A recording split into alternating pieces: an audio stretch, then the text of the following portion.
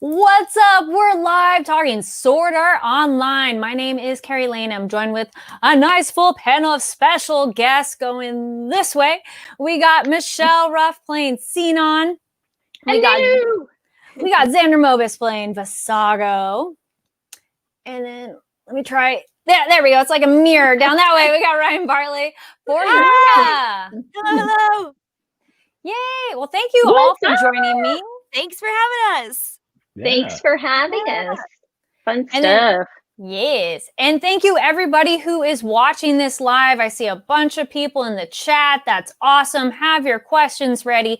And if you're watching later, no problem. Comment down below your thoughts on the episodes. No spoilers. And then heads up, there's no episode next week. Toonami's not airing a Sword Art Online episode. So just a heads up. We got to end with this cliffhanger, which we will get to. So let's dive in. We start at the beginning. Yui goes, oh, wait, there's an old SAO server involved. So how many of you were excited to be like, oh, there's certain people coming back? Well, actually, we'll start with that. How excited were all of you to be coming back? Because this season is all about like, hey, let's bring everybody back. We'll start with Michelle. Well, for me, I was totally psyched. I mean, for Alicization, I was in the first episode, so I kind of started this whole chapter of SAO. So it's nice to kind of bookend it, and come back during the most dire part of like the battle, to do what I do best. Yeah. So. Yeah, for sure. And Ryan, we'll be getting to your part, but what was it like to have your character come back in such a kind of like surprise? Right? Yeah. Well, the funny thing is, I mean, until it aired in Japan, we didn't know that Yuna ever would come back. And I truly had no idea. I mean, they don't, like we actors were the last to know, especially the dub actors, right? So, it was quite a surprise. I did, like, my Twitter blew up, obviously, when Yuna made her appearance in the Japanese version. So I knew that was on the table for several months leading up to it. But of course, I didn't know for sure that I would be asked back to record for the dub. So, and even after I was, obviously I couldn't say anything. So, I was getting these messages for like months, like, are you going to come back to SAO? Yuna came back. Did you know that Yuna comes back? Are you coming back? And I couldn't say anything except for like, yeah, I saw that she came back. That's so cool, and we'll just have to wait and see. Like, but yeah, it was truly such an honor to come back and such a delight. When I wrapped the Ordinal Scale film, I kind of thought my SAO journey was over, perhaps. Oh, thanks for repping the Ordinal Scale shirt. Very nice, very nice. Awesome. But yeah, I assumed perhaps Yuna's story was over, and in anime we never really know, and with the AI element we never really know. So it's not like it never crossed my mind that I might someday come back to the show, but I wasn't really necessarily thinking about that at all. And it was really, I mean, I think when they released like the first the Alicization like intro or outro, Yuna was in it, and so even from that point there was the question of like, is she coming back? Like, probably now, like that seemed like evidence that maybe she would, but I didn't take anything for granted. So it was a really nice little treat for me, quite a surprise. Yeah, for sure. And actually, Xander, in a way, your character was involved early days and then has come back, but been a bit more prevalent this season. How's that been for you? Well, I mean, I had no idea. Well, it was interesting for me because when we started, I guess, Alicization just normally, before War of Underworld, I'm really good at talking. This is going to go well. Vassago showed up, and we didn't really know who he was, what he was about. And I think Alex was saying, like, yeah, I haven't quite gotten to wherever he comes in the light novels yet, so we're just kind of guessing. So I got told all the backstory stuff this season when we were recording, I think, these episodes. So yeah, it was interesting hearing how he played into like the past of the show, and it was cool. I enjoyed it. Very cool. Yeah, I really enjoy getting his backstory because, bad guys aren't one-dimensional, or at least they're a lot more interesting when they're not one-dimensional. So it's like, ooh, Right. backstory. Yay. Yeah. For sure. We're going to look over the chat real quick. We got Mason, Dan, Anime Game Lover, reading some names. And then let's see if we got some questions real quick. Anime Game Lover says that episode was so intense so awesome and intense. Agreed. Mason says the next couple episodes feel like Avengers Endgame, kind of. I have seen that comparison. What do y'all think of that? Of these episodes of Sword Art, all these people coming back is like Avengers Endgame. Yeah, kind of. We used to say that about the ordinal scale movie because there's this scene where like everyone like Avengers assembles like vibe, which is my favorite scene of the ordinal scale movie. But this like totally like lends itself to that vibe too. So it really does. Yeah, it really does. Then we have, the champ says this episode gives me the goosebumps at the beginning. I mean, yeah, it's definitely pretty intense, that's for sure. Let's try to see anything else. Someone kind of asked, like, how's life been going? So for recording, you were recording this episode from home, yes, for all of you? Yep. All right, we'll start. Xander, how was it recording from home? It's, pros and cons. The pros is that I don't have to wear pants. The con is that for this episode, I remember for some reason our video just wouldn't sync. Normally when we're in studio, the picture is right there in front of us playing live and we just follow along with the lip flaps and try and make it look good. And when it's from home, there's a delay.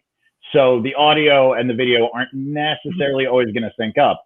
In this episode, I remember, I think it was just like there were so many like particle effects on the screen that the video would just be chopping constantly for me.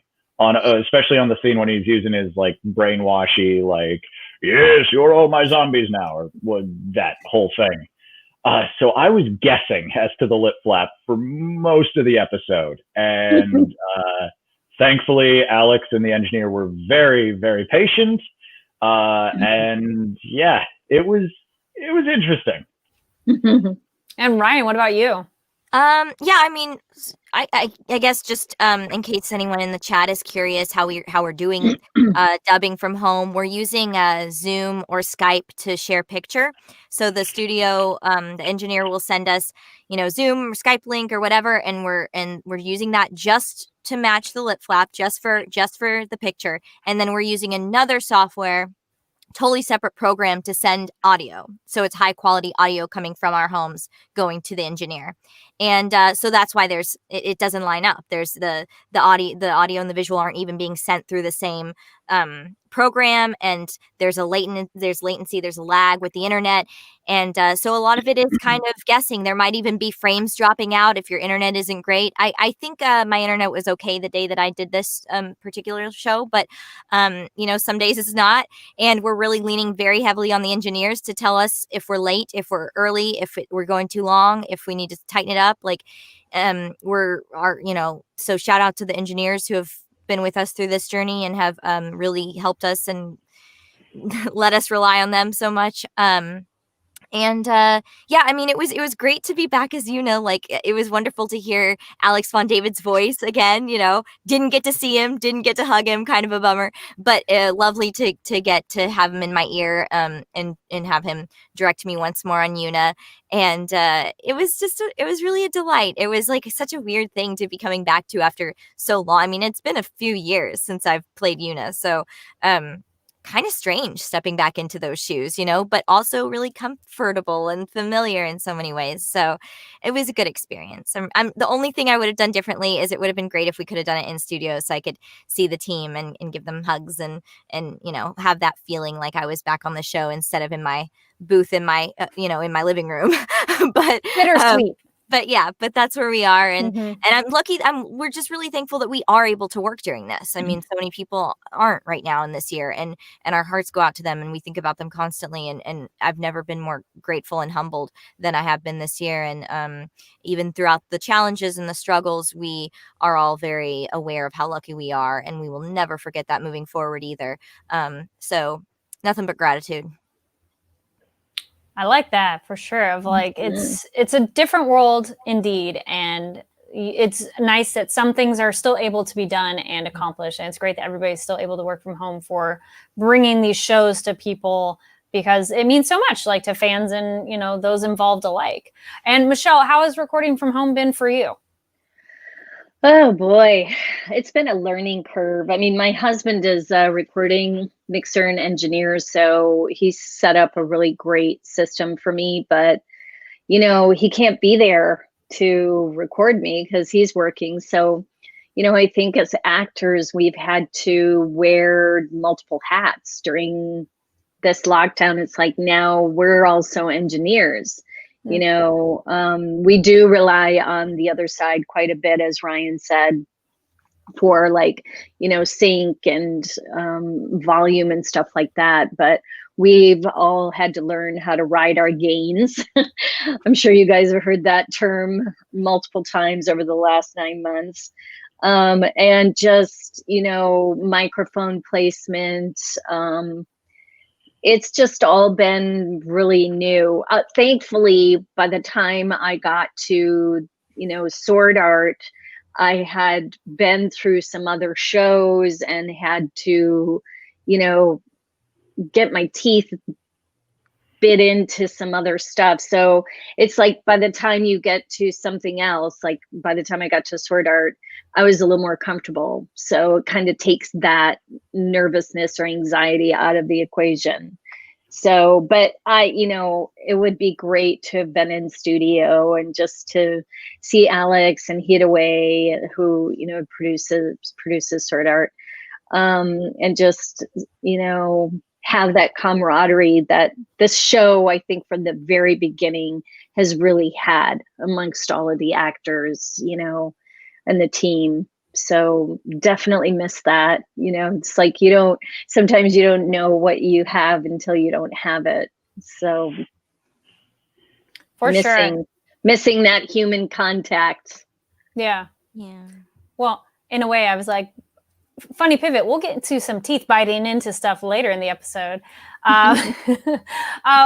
have a couple more in the chat. We had, where it goes. Chandler says, Sinon coming back with the goddess account like she deserves. Yes.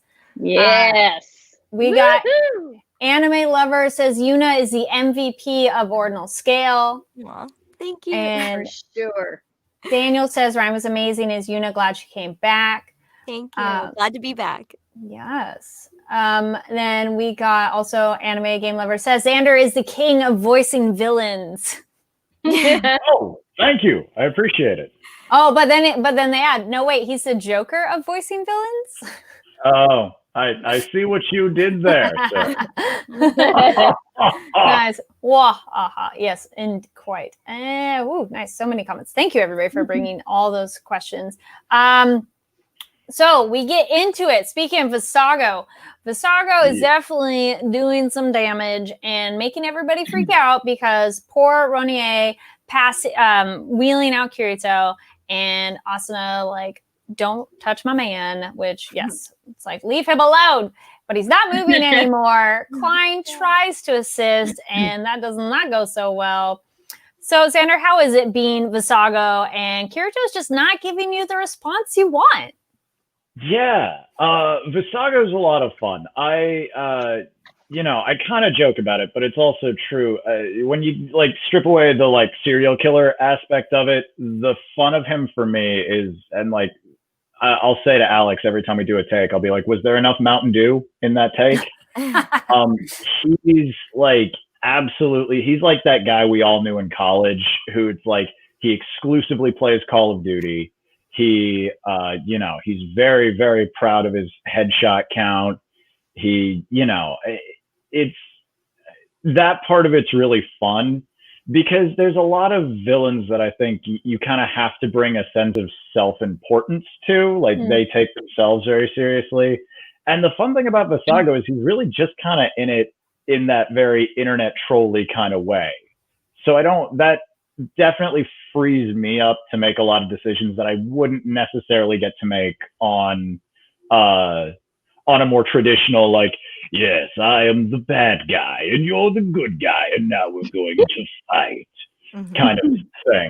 So I really do enjoy getting to play him. And Alex has been really lovely in that, you know, he writes the scripts, he directs the show. He has a very strong vision for it, but he's also a very collaborative guy.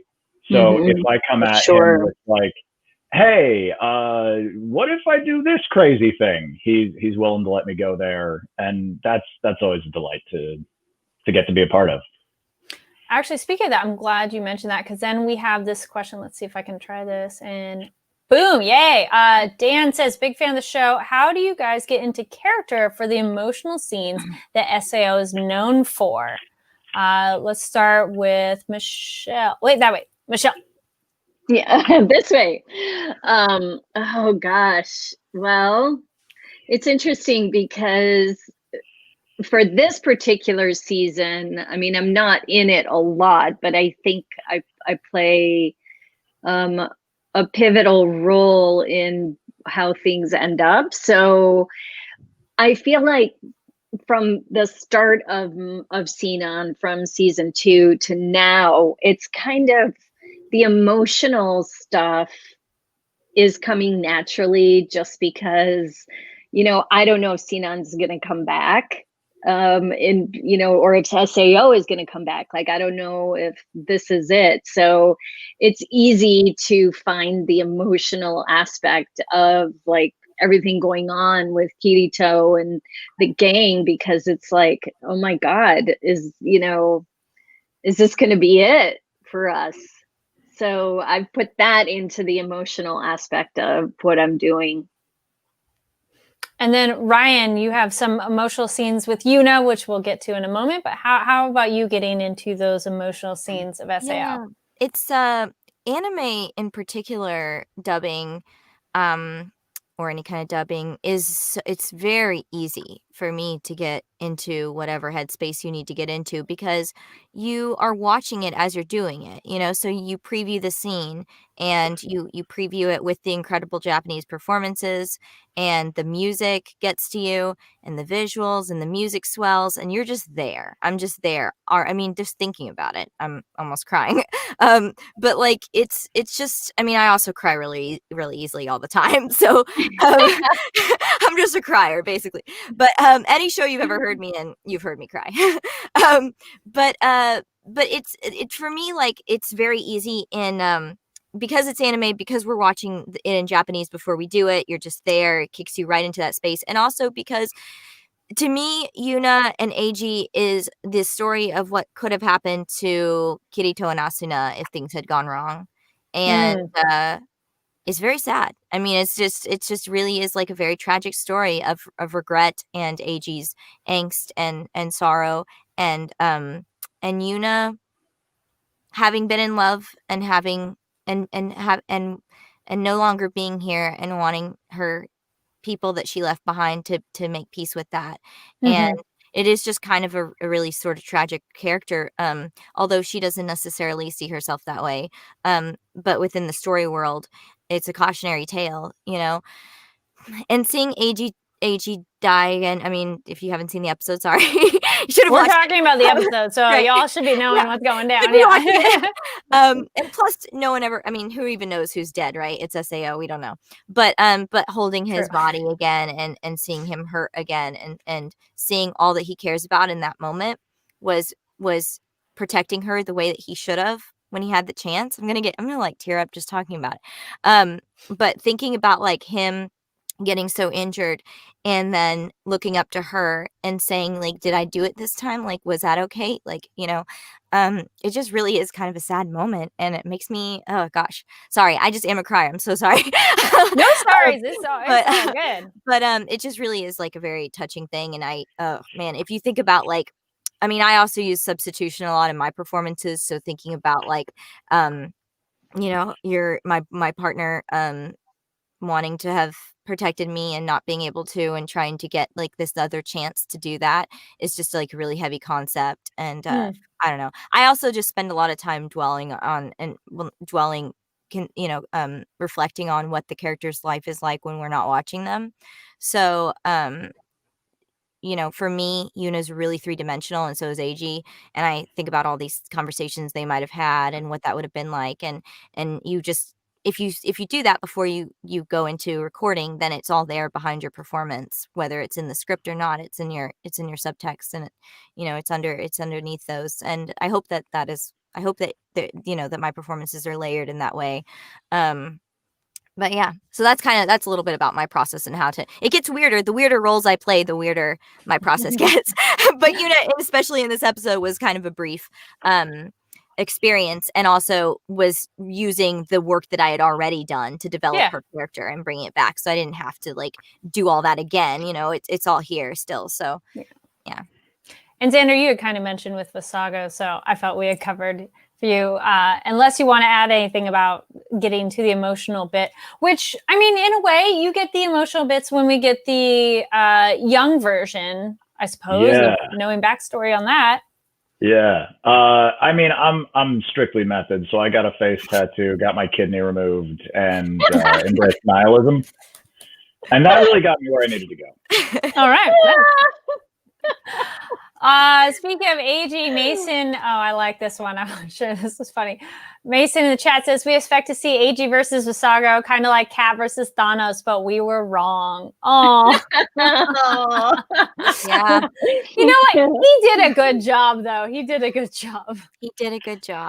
Okay, well, speaking of that, so first we get AG showing up. I love that. That was great. We have Vassago also with this super evil energy affecting people and everything.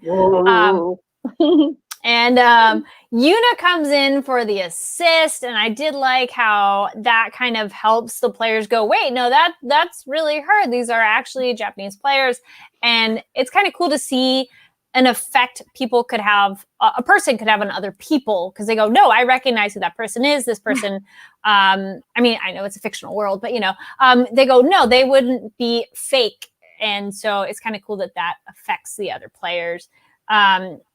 Then also, yay for Yuna's singing cleanses that evilness, which I thought was super cool. Of like, oh, okay, that's a different. I thought healing, right? Sure, but a different way to take healing. So Ryan, what do you think of that? Of like, oh, guess what? You're gonna like cleanse all that evil, negative energy. In this case.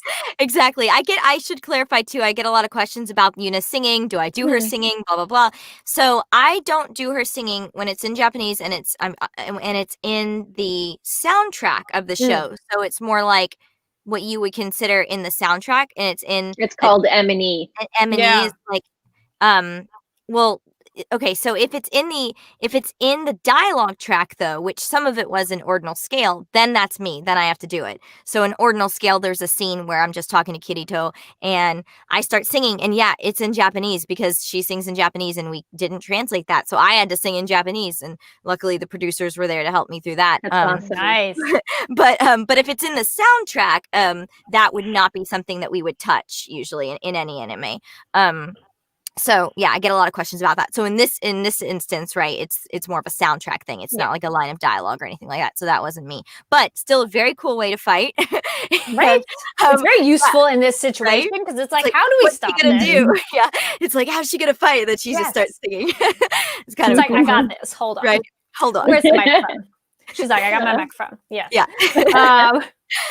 Also, I did like that this was a moment where AG's talking to Vassago, like, I know you from the past, Nautilus, and the Knights of the Blood Oath. So that was kind of cool to get, again, let's deep dive, pull back from previous history of the show. And it's like, oh, yeah, it's cool. And man, when those arms got cut off, as we were kind of mentioning before, I was like, that sucks. Yeah. Like, what are you going to do? But that's when... I'm like, it happens later, but I like this. Oh, there it is.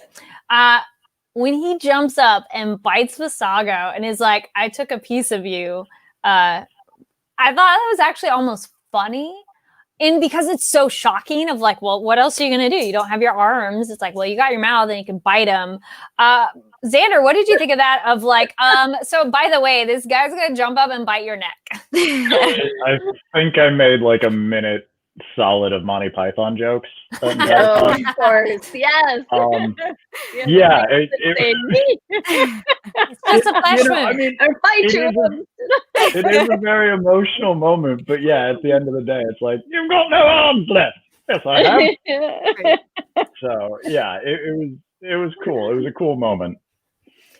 I felt it was very creative in a way of like, oh, cool. I like that they, threw us something else. It's fighting at the end of the day. It's like, all right, what do I got? All right, time to bite. It shows like, is that what you said? Resourceful. Resourceful, yes. Well, it's like he's not going down. AG's like, no, I got to do something. And it's like the ultimate, I am not giving up. So, yeah. Then we get their outfits, both. Like, hell no. Yeah, he's like, I got something else up my sleeve. Hold on. Well, not up his sleeves anymor. Whoa, too far. That was a low blow. Too soon? Too soon. But it was cute to see both Yuna and AG's outfits change back to their old outfits and their sweet little moment. As Ryan was saying, it was just like, aw, it's just kind of sweet of them, like, all right, we good? It's like, it's the best we could do. You bring up a good point, is that they actually have like 3 different outfits. Because first I start as like this fairy version, almost like a Yui version of Yuna, which we hadn't really seen fully before. I think we had seen a little glimpse of maybe her legs as a teaser in some shot that was panning around different people, or in a few episodes back, but we didn't know for sure it was her. And then we see her as this fairy, and that's like totally adorable and very unexpected. Then we see her ordinal scale uniform, her diva outfit. And then when AG is defeated, we see her change back into what she looked like in SAO, which is the most similar to what she looked like in real life when she was alive. Yes. So real quick, if you have a quick answer for that, Ryan, Anime Savior asked, how was it like to voice Yuna being a fairy? So cute, right? I mean, she didn't really was there a difference? No, I mean, I don't think we have technically any lines as before she expands into her other version, but it was still like really so cute. I've always wanted to be like a little, I mean, I do play fairies and other stuff, but when I watched SAO preparing for ordinal scale, Yui was always one of my favorite characters, especially her character design. So to get to see like a Yuna version of that was so adorable to me. I like this. Chandler says, a little figurine. If they make a figurine, I'll totally buy it. There you go. Yuna transforming back into her old SAO outfit got me misty-eyed. I'm like, aw. Yeah, and Xander is kind of fun with the fighting. Violence in the fight is like Peter versus a chicken episode of Family Guy. Nice. Thank you, everybody. Loving it. Yes. Speaking of Vassago, yes. So we talked a little bit. Let's talk about the details. So we get him, young version of him. So he was in the U.S. So I was like, oh, well, that's interesting. So his dad's Japanese. So that brings that tie in. And he has a brother, half brother's Japanese. And it's like, oh, can you just stay alive so you can get a kidney for my other kid? I don't really care about you. Which is like, that sucks. Like, man, did not win Dad of the Year award there. Right? I have to let my dog out. I'll be right back. I'm sorry. Really thought she was about to be like, I need to get my dog to give up his kidney for a second. What? It's like, hold on. But yeah, I thought that was really interesting, and because that's also where we learn Vassago, how he got the name, how he chose the name Prince of Hell, because his mother's like, you're a demon, and like just. Poor lady has gone through a lot and is just really projecting all her anger and issues onto Vassago. So it's poor guy, which really, I found it's unfortunate that really that's the seed of it, but it's interesting that his hatred of Japanese people is from this treatment he got from his father, how he really is just a tool to be used for somebody else and no real love on him. So love your children, people, because apparently that creates evil villains. Yeah. Otherwise, when we get full dive VR, they will turn into serial killers. Right? Yes. So what We did don't make the rules. So this is a question for chat and viewers. What did you think of learning Vassago's backstory, and like why is he so intent on getting Japanese players? Leave comments down below. I also want to interject my thought that I thought his brother kind of looks like Kirito. Just saying. Yeah, I know. When we were recording, I was like, "Wait, it's his brother?" And Alex was like, "No. There's similar designs." Yes. Right. Okay. And then thank you, because I'd asked Alice too. I'm like, hadn't you heard this theory? Because I don't remember where I saw it, but somebody's like, oh, maybe they're related. I'm like, I feel the age difference really isn't quite right there, but I'm going to say maybe subconsciously that affects him. That Kirito kind of looks like him. I mean, yes, there's more to there. Punch him in the face all the more.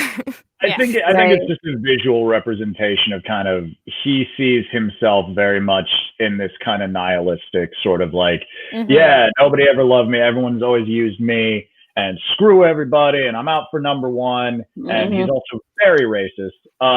And then he sees Kirito as kind of this avatar of like, he was saying how he called in Laughing Coffin or called in the Knights to have Laughing Coffin wiped out, because he really does want validation. At the end of the day, he never got it from his dad. He never got it from his mom, and now he wants it from Kirito by he wants to put Kirito on his level, because everyone sees him as this pillar of virtue and goodness, and if he can be on the same level as him, that validates him.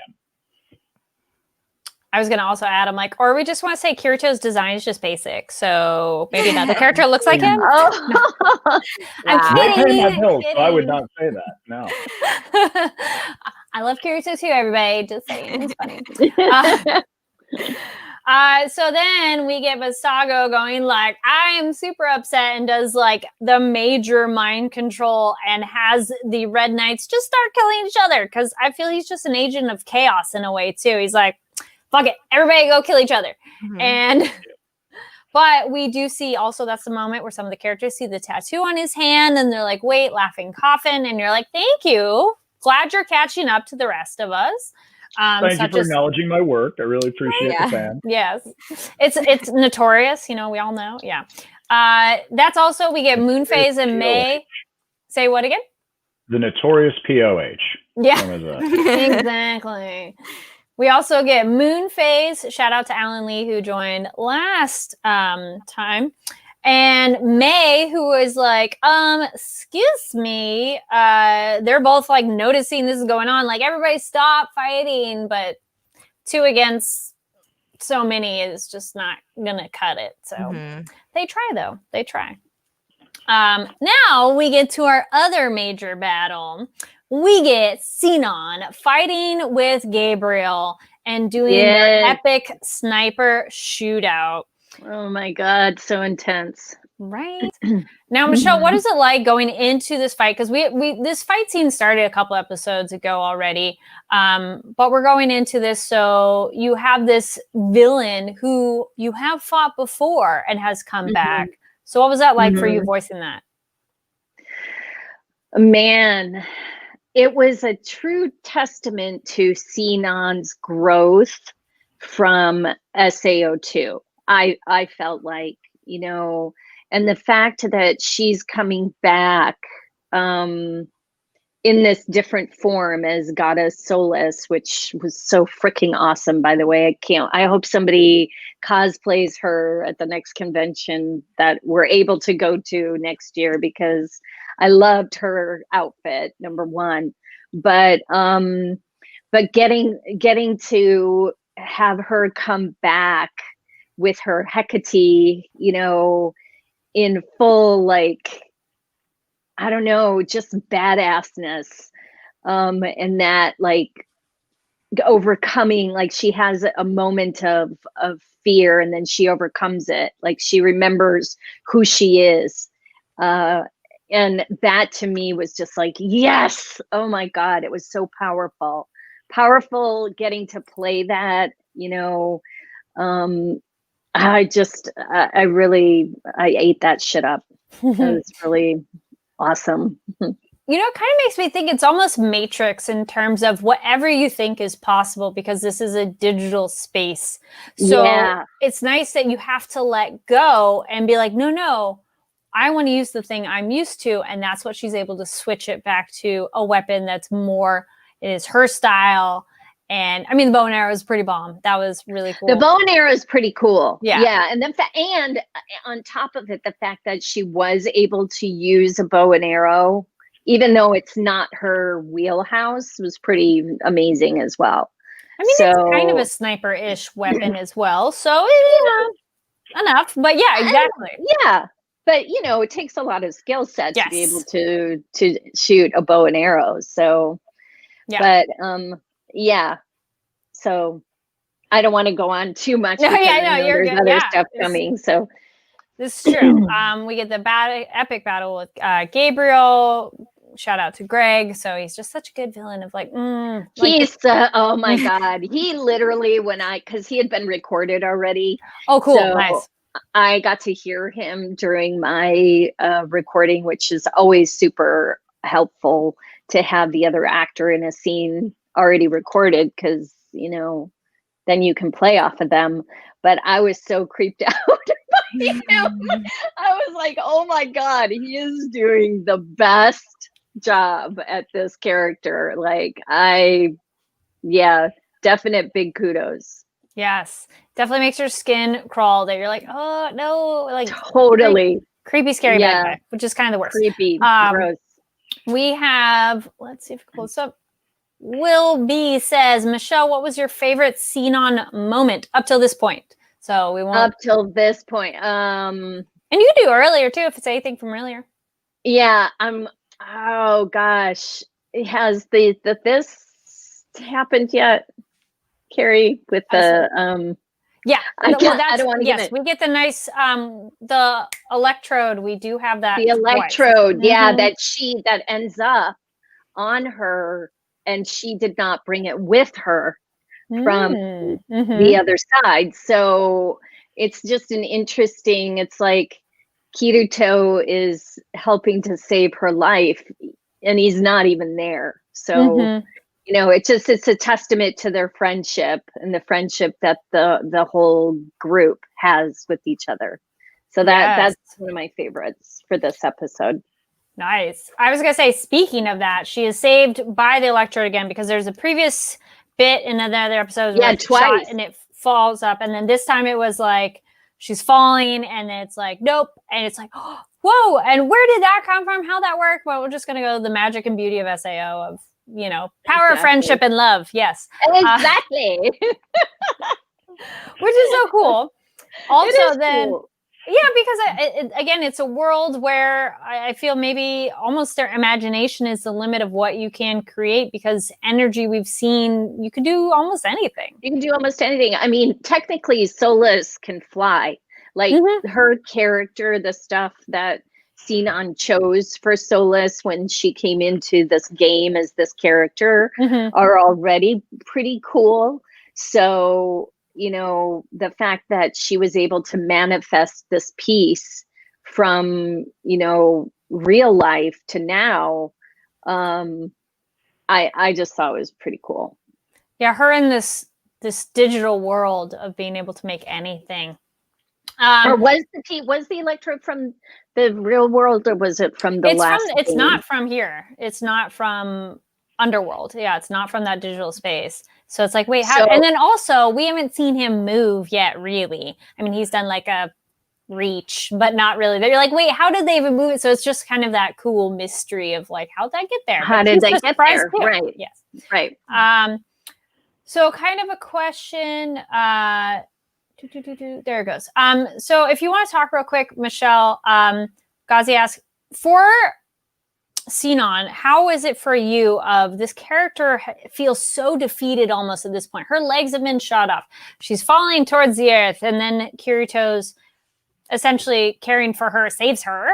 So what was it like voicing that moment, or just, and then also as a fan, getting to see her determination to not give up?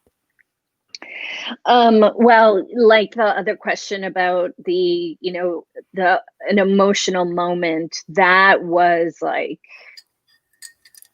that moment of overcoming her fear, and that, that it would have been easy to give up at this point, but it just was, it was so prolific, I think, in Sinon's psyche and her emotional health to overcome this physical aspect. Because I mean, honestly, like this whole part of the show is so gory. Like everybody is just getting like, it's pretty brutal, that's for sure. There's a lot more blood and limbs ripped off. And the thing with this particular game is that you don't take that to like when you're back in real life, but in the virtual world, you're actually feeling the pain. Yeah, you still feel it. You're actually, so I don't know if it's like a crossover from the virtual world to human world feeling the pain, or if you're actually experiencing the pain as you're playing the game. So yeah, no, I think the characters, actually, thank you for saying that, which leads us over to Lifa, because these God, Lifa. Yes, holy these shit. People are feeling what they feel in Underworld, in this digital world. And poor girl, man, she gets her eye jabbed. Oh my God. Yeah. She gets mutilated. It's really awful. It's awful.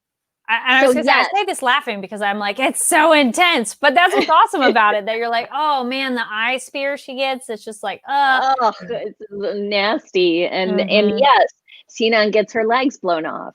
In any normal situation, it would be like, okay, you win. Yeah, I give up. But she's like, oh hell no, no, not for. I came here. I'm gonna do what I said I'm gonna do. I'm gonna complete this mission and do and work with the rest of the team to save Kirito's life and Alice and the Underworld. Yes. And again, back to Lifa, the one who doesn't want to give up. I love that she has the Terraria ability to heal herself, but she's still getting exhausted, and you still feel it. So it's one of those, you're not going to die. That's almost like a curse. So I thought that was it almost kind of like, oh, yeah, that sucks. But we learn also at that moment, simultaneously, we got Rinko and Higa. Yanai falls. So go Rinko for distracting him, surprising him that he falls off the, or no, she throws something down. They falls off and whoops. Also, that was such a weird, funny moment because he goes like, so this is semi-life or death. I might be bleeding out. I don't know, but you want to go on a date? And I'm like, okay. Really? But Rico like, yeah, sure. When we're done, let's go, burgers and fries. Sure. Because, we're all still people at the end of the day. And want to connect. Yeah.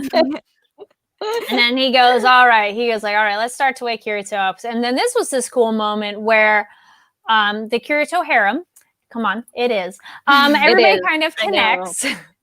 We got Asuna sending him energy. I feel this is also those like someone goes, hey, please send me good energy and vibes. This is that moment where everyone's like, I'm sending my love and good energy towards you. I am not to disrespect how that works for people for sure, but it's just almost comedic in the show of them like, I'm sending my energy to you.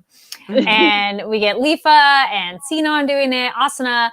And we learned that maybe there needs to be a little bit more energy, which gets that fun surprise. Please leave comments down below. What did you think of that Yu-Gi-Oh coming back? I was like, oh, what? Because we see his feet kind of walk in the sword. There'll be maybe more later. But I was just like, oh, whoa, what is that? And that was really cool to see him back because maybe that's another piece of that energy. So, Ryan, what did you think of that kind of cameo moment of Yu-Gi-Oh? Like, just right now, it's just a glimpse. Right? No, I love it. It gets to your heartstrings, and it's like I love the the themes of friendship and bonds Mhm. and your friends lifting you up and giving you strength, and even when they're not with you anymore. And that has always kind of been a part of SAO, and it really does. It like makes you kind of tear up almost, you know. It was a really sweet moment, and it was nice to see that they still have that bond, you know, and that connection. Mhm. I was just looking over here at the chat. I like this one. Alan says, Leafa's eye got ouch, but fighting for her brother's life. So, you know, got to do what you got to do. I like when she goes, little sister. She Yeah. runs. Yes. Also, this is a Yeah, good I don't know about point. you guys, but I would definitely give up at that point. If it was Maybe my I'll older brother and peace I got my out. eyes gouged out, I'd be like, sorry, bro, you're on your own, man. You're on your own, Yeah. bro. Pay back Yeah. your gambling debt. I'm not doing this anymore. Right? Oathkeeper says she's fighting on her own versus all these other players. And then the healing, it still hurts, which is true. A lot of the other people, Sinon's fighting by herself too, though. Mhm. I am. Yeah. so- And I'm fighting and I'm fighting Gabriel, who is quite the big bad. Yes. a big bad. Mm-hmm. I like this. Will says Austin is Kirijo's one and only wife. This is true. Doesn't mean he can't have a harem. Anime Game Lover says there's so much harem business. Yes, we all support. This is true. What was it? This was. But I still refuse to this day. Like, I think Alex and I had a conversation, one of the recording sessions we've had in quarantine, about Sinon, having a crush on Kirito or being in love with him like the rest of the girls were at one point. And I'm like, no. I don't want her to. You can love someone and not be in love with them. So there could be that. That was not Alex's. Yeah. That wasn't his meaning. He didn't mean, like brother, sisterly love or, hey, you're my friend love. He was saying that, at one point in the GGO arc, Sinon had fallen in love with him. Yes. And I'm like, I don't know if that's true or not. I don't think it is, but he was insisting. So Yeah. I don't know. So I was looking for this one other comment that, since we're on this topic, wanted to get everybody weigh in. Where'd it go? Aha. All right. So many of the SAO's critics cite the girls' dependence on Kirito as why they're not strong, independent characters. What do you argue otherwise? I have a good argument for that. Like, well, I was going to say what's happening now. Exactly. Right. Without getting spoilers of how this wraps up, he kind of needs the ladies right now to save his life. Yeah. Just saying. Ryan, would you like to add anything? Yeah, I mean, Asuna's a pretty active character from the start. So, and Yuna has her own agency. I think all of the female characters have their own motives and objectives and strengths and something that they bring to the table that no one else does, so I don't know. I mean, Yuna's also not in love with right. Right? I have AG. I have my own guy. So, for me, I mean, I don't try to judge characters with adjectives when I'm playing them because I feel like that takes me out of the character. So I try to judge like everything else in the world to make that my case. So for me, I mean, I don't see Yuna as dependent really on anyone. But I don't know. I mean, I haven't spent time in the heads of the other female roles, but I assume, I mean, thinking back, my favorite character was Leafa watching it, who definitely has her own thing going on, just her whole everything, goals, dreams, thoughts, so I mean, I guess there are a lot of girl roles in the show, and I see how it gets that reputation, but it's also just cool. It means more roles for female actresses, so so that's cool. But so I don't know, but I can see both sides of that, I guess. I mean, I don't really see Sinon as being dependent on Kirito. Like, she had her own thing going on in GGO. She didn't ever really need him. They teamed up together to fight, the villain in that arc. Mhm. So I don't really see that as being dependent on him. I think they were more equals, Yeah. Xander, would you like to add anything? Yeah, please, in lieu of my thoughts, please forward all these questions to @BrycePappenbrook on Twitter. We'll have to ask yeah. him sometime. Yeah. Yeah, no. Which actually, this does lead me to another one. Let's see where to go. Then this one, just wait. Kirito needs that. Kirito needs that extra push from Yu-Gi-Oh. Yes, stay tuned. There's maybe more. I like this one. Champ says Yu-Gi-Oh is a ghost. Yes, in a way. He got put in the trash folder, but they forgot to hit empty trash bin. So he's still around. Yes. Will B says, I wish Kirito had more male friends. That's a fair statement. I did talk with Alex about this, that I think we were talking about how this is probably why Kirito has such a strong bond with Yu-Gi-Oh, because he doesn't have many male friends.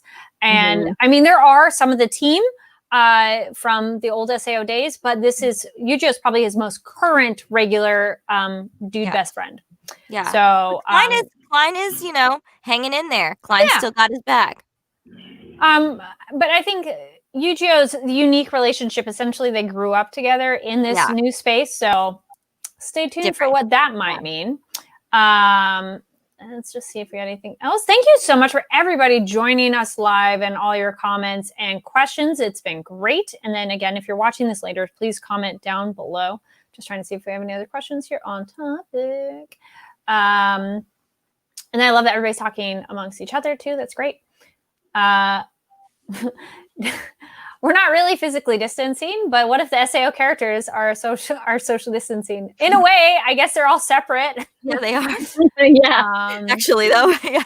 Right. I like this. There we go. Chandler say they're strong, independent characters, referring to the ladies. I agree. Ooh, also shout out Fanatio. Yes, she's also a strong lady in the show. Not in love with Kirito. I think she respects him as a fellow fighter.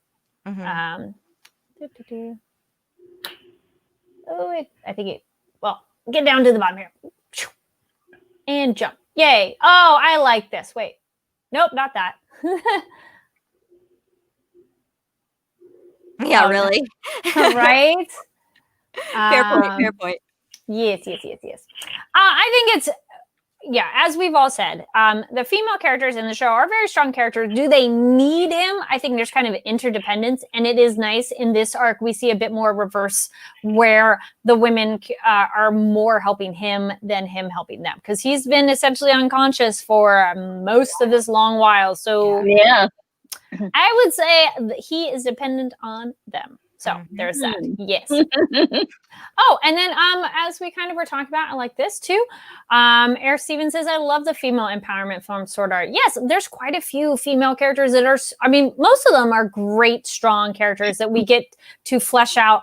And the growth, we see a lot of, they maybe start off as not the strongest, but they get way better as time goes on too, which is nice to see a character change and not be like one-dimensional the whole time. And I also think too, like with anime, you're gonna see more of a dynamic of emotions that you wouldn't see in other like platforms, original animation, or maybe in some original animation, but I just feel like females in anime have that freedom to be more emotional and vulnerable in that way. So it's anime. Yeah. Why? Because anime. Exactly. We get a lot of that with Alice as well, which we'll see more in the rest of the season too. And we've already seen before where she's an extremely strong character, but she can be extremely vulnerable too, which is great to have that kind of balance. Right. Then speaking of Kirito, so the episode ends with him like in a classroom space. What does that mean? We don't know. And cliffhanger. It's like, It's like, wait, this is it. We gotta wait here for now. Gotta wait. Yeah, I guess so. It I mean, means yes, it represents Vassago about to take him to school. That's what Whoa. it means. Boom. But we'll I guess see. that's a round of applause. No. Thank you. A cheesy pun for your cheesy pun. No, I don't know. Yes, it is one of those. I agree. Where'd it go? Yes, I am ready for Kirito to wake up as well. Yeah, John, who's ready for Kirito? Yes, Wow. we are ready. It's been Yep, we're ready. yes. Oh, there we go. This is interesting. Rewind back to it. The Yuna AG versus Poe fight scene was hype 100%. Would have been nice if they had stayed longer. Yeah, it was a great fight scene. And I mean, these episodes go by really fast. It's like, and we're done. So I like what they got to do. That's for sure. All right, that's where we leave that episode. And again, unfortunately, there is no episode airing next weekend on Toonami because they're doing DC stuff midnight till whenever. This is not an ad for Toonami, so I don't know the details. I just know there's no SAO next week. So stay tuned on when those change because I think because of the holidays are a little wonky. Is there anything all of you would like to add on the episode, your process, any fun memories or particular challenges you had to overcome while recording from home or on the show? I'll leave that open. So we'll start with Xander. Oh boy. I mean, for me, the joy of working on this show is really getting to work with Alex. It's always amazing getting to work with him because, and I said it earlier, he has a strong vision. He knows what he wants, but he's very collaborative, and he will. You know, he will have those discussions with you. There are plenty of gigs you go in and it's like, this is the thing, go in, say the lines, make it sound pretty, get out. And that's just not the case with these shows. He really puts a lot of love into it. And that's always the joy of working on this show for me. And then that way. Wait, no, there. Ryan. Yeah, I'm just super thankful to have gotten to return as Yuna, although briefly. It was really a delight for me, and thank you to those people that watched and that welcomed me back. It really did mean a lot to me, and thank you for your sweet messages. And yeah, Alex Von David is one of the best directors in the game. As a writer and director, he has a really specific vision, and he's hard on us. I mean, he will not let you slide. He will keep working until he gets what he's looking for from you, and I think it shows. I mean, we don't phone it in on this. This is like the real deal. Like, we're really trying our best, and we're really taking this seriously and trying to tell a real story and make sure these characters are very three-dimensional and truthful. And you know, even if it's small, like this Yuna thing was really just a cameo and such a brief session. Not just.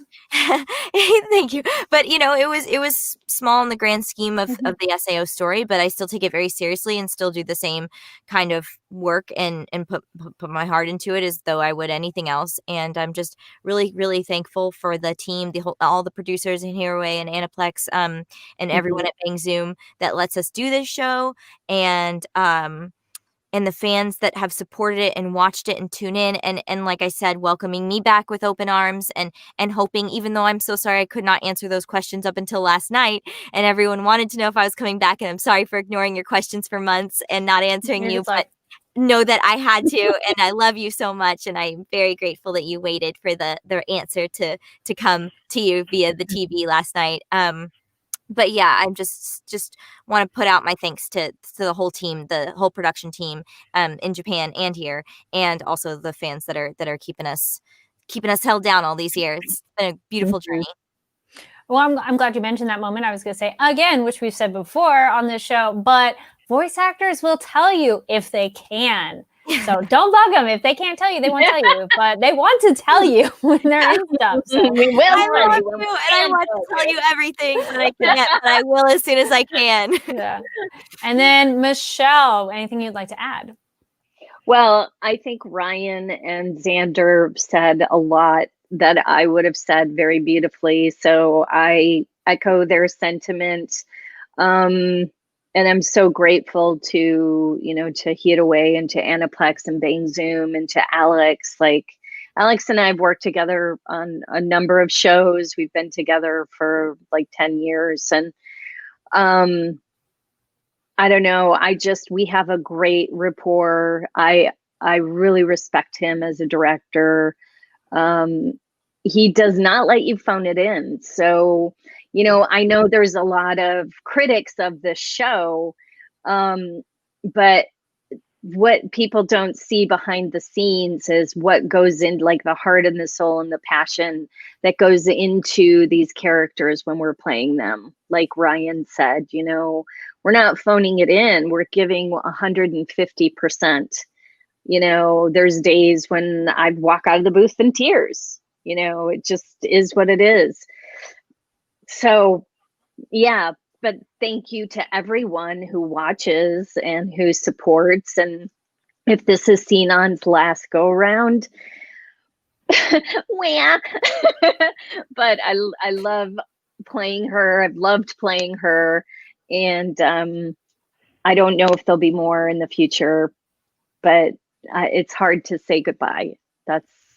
Maybe it'll just be a see you soon or see you later. We have learned with this show, nobody's really gone for that long per se. They're like, well, maybe open. I was going to say too about nobody's phoning it in. You're zooming it in right now. Right. Cue sound effect. Yes. So hold on. While we get into, where did it go? Okay. So that's it for Sword Art. But if anybody wants to talk about now any projects you're working on and anything you would like to promote, but side note with that, could you say it in your SAO character voice? You don't have to do a long one if it's too hard. But if you want to say something real quick in it, and then if you want to, we'll go around. If you have any projects you're working on right now, or anything that has come out recently in the last while, please feel free to share that. And if you want to do part of it in the voice, feel free. We'll start around. We'll go around again this way too, of Xander. All right, Dorcases, listen up.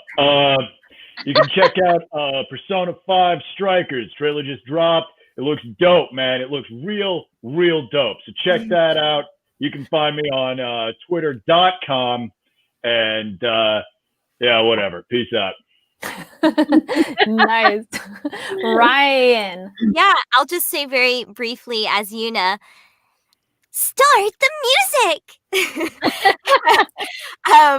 And then I want to shout out to my new love of my life, Takachio on Yashahime, is where my heart is right now, and I'm loving playing him.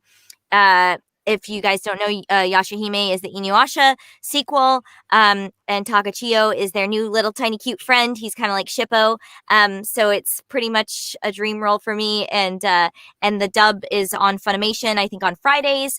Takachio just made his first appearance a little over a week ago, and I think the dubs are also coming out on Hulu and Crunchyroll, possibly a week later. But either way, find it, watch it. It's an incredible show. If you watched Inuyasha, it's mind-blowing. And if you didn't watch Inuyasha, you're still going to like it. It's still a great, solid show. A lot of female empowerment following Sesshomaru and Inuyasha's daughters. So please watch Yashahime. You can find me on Twitter. I'm at Ryan Bartley, just my name, RyanBartley. And on Instagram, I'm Ryan Bartley, just same thing with an E as an elephant in front of it. And then just in case this is Yuna's last appearance, we don't know. I want you to know that she loves you and she's really thankful for your support, and she's okay. She's not in pain anymore. So don't worry about her. It's like, aww. And Michelle, any projects you want to share, and then in the voice? Well, I could tell you some projects, but I'd be breaking NDA, and then I don't know, people might come after me. People might be sniping me. I don't know. I do have some projects that I've just worked on, but I can't talk about those because they're not out yet. There was the big Lupin movie, Lupin the Third, the First, that had a small theatrical release the end of October. But it is available now on Netflix. So any Lupin fans out there, I did reprise my role as Fujiko. So please check that out if you can. And let's see, I have a little show on YouTube on the Shimajiro channel. I don't know if anybody has little ones, little brothers and sisters, or yeah, any toddlers. The show is really cute. It's called Shimajiro, Shimajiro. I think it's Shimajiro, Shimajiro. Yeah, and I play Shimajiro, the little tiger. So it's really cute and educational for kids. So yes. Oh, so that's it. Nice. Yeah. And you can find me at Michelle Ruff VO1 on Twitter and Instagram. So come follow me. Yay. I think we had a little hiccup there. So thank you, everybody dealing with technology. Yay. And actually, one more last thing. What is one piece of voice acting advice you wish you could have given yourself when you started? Give you a second there. So what is one piece of advice you would have given yourself when you started? I was going to say somebody. I heard somebody start to get ready there. Oh boy. I'll go. Put you on the spot. Go, Ryan. Yes. So a couple of things. I just did I was a guest in a class of one of my first coaches as a kid. He teaches children voiceover. And one of the things I told them was a piece of advice that actually Stephanie Shea said. I think she might have just said it in general. I don't think it was to me, but she said the best actor doesn't always get the job. The person that's right for the job gets the job. And I think that's important to keep in mind if you're pursuing voiceover, because it's not, I mean, especially because I was talking to these kids, right? And it's never that you are that you suck. You know what I mean? If you're a good actor, you're a good actor. You're not going to always get the part, period. That's just the way it goes. All of us have lost, every voice actor you know has lost a role to another voice actor you know, period. That's how it goes. So, you know, you have to kind of just know that you're going to get the roles that were meant for you. You're going to get the roles you were supposed to get, and you're not going to get the roles you weren't supposed to get. And if you have a voice idea or some sort of character idea, do you guys hear that weird? Yeah. Satan, is that you? Super scary. That was creepy. What is? I don't know what that is. I don't know. But if you have a cool voice, you'll probably find a character eventually that but it might not be for a while. It could be many years. You might have some character in mind that you want to bring to life, and then the perfect opportunity for you might take years and years and years for it to come and you to find how you're supposed to use that idea that you had an inkling of years before, you know. So just keep your head up, believe in yourself, and keep working and work all the time, study all the time, never stop taking classes, never stop trying to stretch yourself. And you know, I wish you all, if you aspiring voice actors out there, I'm sending you all the good vibes and energy on your journey, and hoping that you get to do this, because it's a beautiful, beautiful gift, and I feel really lucky to be doing what I'm doing, and I hope that you get that too. Thank you for finishing your thought there about technology. I think we're just getting like an echo back on somebody's speaker, so we're just going to mute people as we go around maybe. Okay. Xander, let's go for you. What is some voice acting advice you wish you could have told yourself when you started? Yeah, boy. Apart from don't? No, I'm kidding. I don't know, man. I think personally, like personal pitfall I've fallen into when I was younger is I would spend a lot of time on auditions and going into gigs worrying so much about what they wanted as like, how can I fit to be the ideal whatever. And as I've gotten older, I've started saying "fuck it" a lot more. Not in terms of like, don't but stop. Don't put yourself in a box because you think that's the right call. When you get hired on a job, you get hired because of something you brought. And if you can surprise people, that's oftentimes exactly what they're looking for, even though they can't like put that in words. You can't write up in a document, looking for things that surprise me, because that doesn't get you anywhere. So again, if I'm talking to me at 20, I'd be like, dude, you got to chill out, do what makes you happy, bring what you think is real to it. Don't try and put yourself in a square box if you're a round peg. That was words. Yeah, and I think to young actors in general, play the truth of the moment. Don't let yourself don't go through this mental maze of like, I think they would like it better if I said the word "the" slightly differently, because you will drive yourself insane.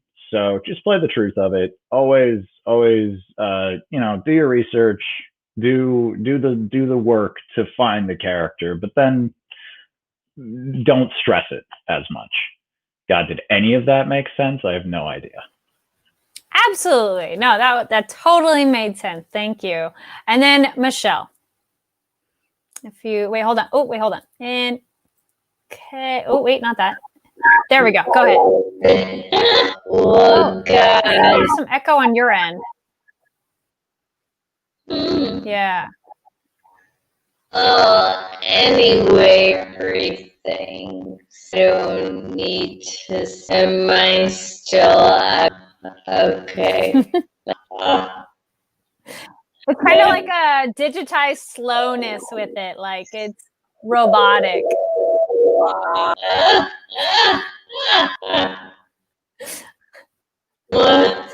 So we'll go with a ditto. Yes. Probably because of pods. Hello. That's better. Sounds kind of like a Cylon from like old Battlestar Galactica. It's weird because when you were going, it like actually kind of synced, and it was really cool looking. We gotta. Is that? Well, the best advice is just be a robot. Sinon? Get all the jobs. This is not complete. And am sounding weird. I'm okay. Heck, God.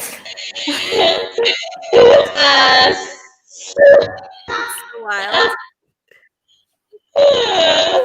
Or I like this one too. Oh no. Okay. I'm sorry, I'll put you on mute there, but if you would like more thoughts from Michelle, please go follow her at the username there to continue the discussion. Thank you so much, everybody, for your input, and thank you, everybody, going with technology and dealing with this too. Super fun to talk with all of you. Thank you, Xander, Ryan, and Michelle. Thank you. Thank you so much for having us. Yeah, thank you for having us. And thank you for you guys' wonderful questions at home. And know that we're sending you lots of love. And we can't wait to see you hopefully at cons next year, I hope. We'll see. But thanks for all right, in general. Keep in touch with us. And thank you, everybody, for watching, joining the live chat. I'm so glad you guys all went along with it as well. This has been super fun talking with everybody here and having you all join.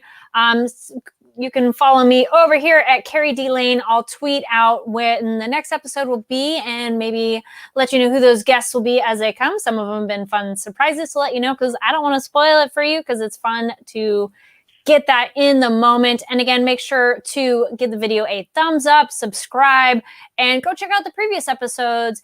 of seeing who the other guests were, as well as, there we go, on my Instagram. I have quite a few interviews on my IGTV with voice actors one-on-one. So if you want a longer discussion and more in-depth, we also have Greg, our villain. He was on that as well too, as well as quite a few other actors who are involved with SAO. So go check that out. Again, thank you everybody so much. And we'll see you all next time. Have a great holiday season. Yes. Yeah. And everybody stay safe. And we'll see you next time. Bye. Thanks for the SAO love. Bye.